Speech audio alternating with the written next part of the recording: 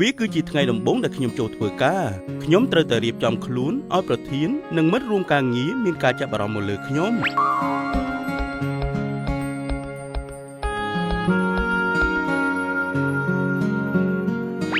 ហើយយ៉ាស្បែកជើងមួយគូនេះម៉ាក់បានទិញឲ្យខ្ញុំកាលពីនៅរៀនមហាវិទ្យាល័យ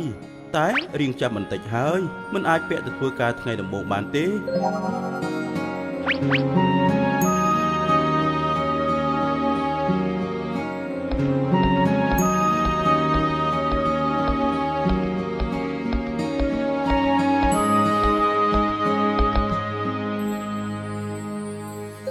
អេ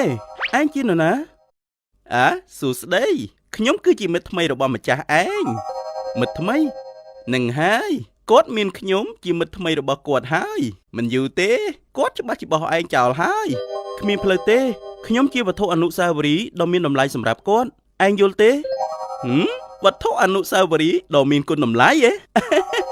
ត្រូវហើយថ្ងៃដំបូងដែលគាត់បានចូលរៀននៅមហាវិទ្យាល័យម៉ាក់របស់គាត់បានទិញឲ្យគាត់ហើយខ្ញុំតែងតែរួមសុខរួមទុក្ខជាមួយគាត់តាំងពីដើមរហូតមក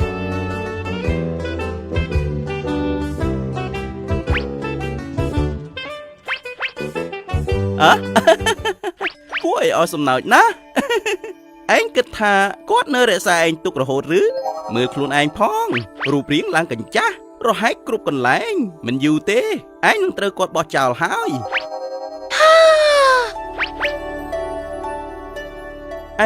ឯងធ្វើស្អីហ្នឹង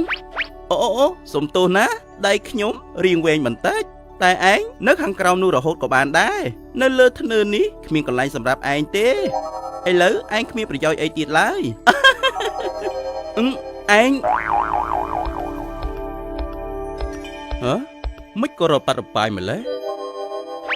ស្បែកជើងមួយគូនេះពិតជាចាស់ពេកហើយខ្ញុំគិតថាគួរតែដល់ពេលបោះវាចោលហើយបើមិនត្រូវការប្រើផងទុកក៏នាំតែចង្អៀតកន្លែងដដែល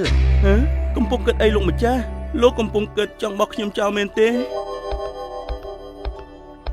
កុំលោកម្ចាស់ទៅឲ្យបានសុខណា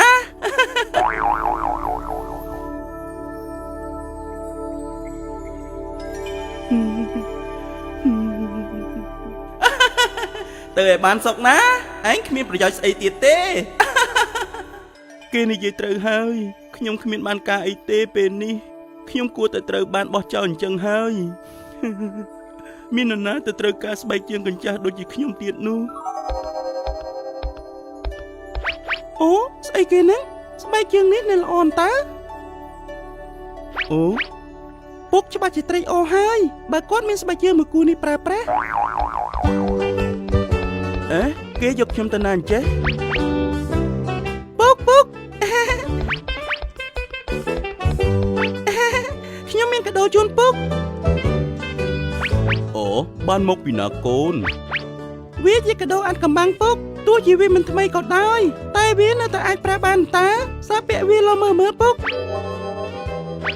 ត្រូវមិនតែម្ដងកូនទុនស្រួលពាក់ណាស់អរចាណាពុកពេលពុកទៅធ្វើការថ្ងៃស្អែកជើងពុកនឹងមិនឈឺដូចមុនទៀតទេបាទកូនប្រុសកាដូកូនពិតជាមានអត្ថន័យណាស់ពុកសប្បាយចិត្តណាស់អរគុណកូនអូខ្ញុំមិនមែនឥតបានការដូចគេថាឯណាខ្ញុំនៅតែអាចផ្ដល់នូវគុណតម្លៃដល់មនុស្សជាច្រើនទៀតគ្រប់គ្នានឹងប្រែជាចាស់នៅថ្ងៃណាមួយប៉ុន្តែអ្នកនៅតែអាចនាំយករបស់ដែលមានអត្ថន័យសម្រាប់ជីវិតទៅកាន់មនុស្សជាច្រើនទៀតគ្រប់ពេលវេលាគ្រប់ទីកន្លែងតាមរយៈអំពើល្អនិងតម្លៃដ៏ពិតប្រាកដរបស់អ្នកសូមចុចលើប៊ូតុង Subscribe រួចចុចលើរូបកណ្ដឹងដើម្បីទទួលបានវីដេអូដ៏មានគុណតម្លៃអប់រំជាច្រើនទៀតពីក្រដាសស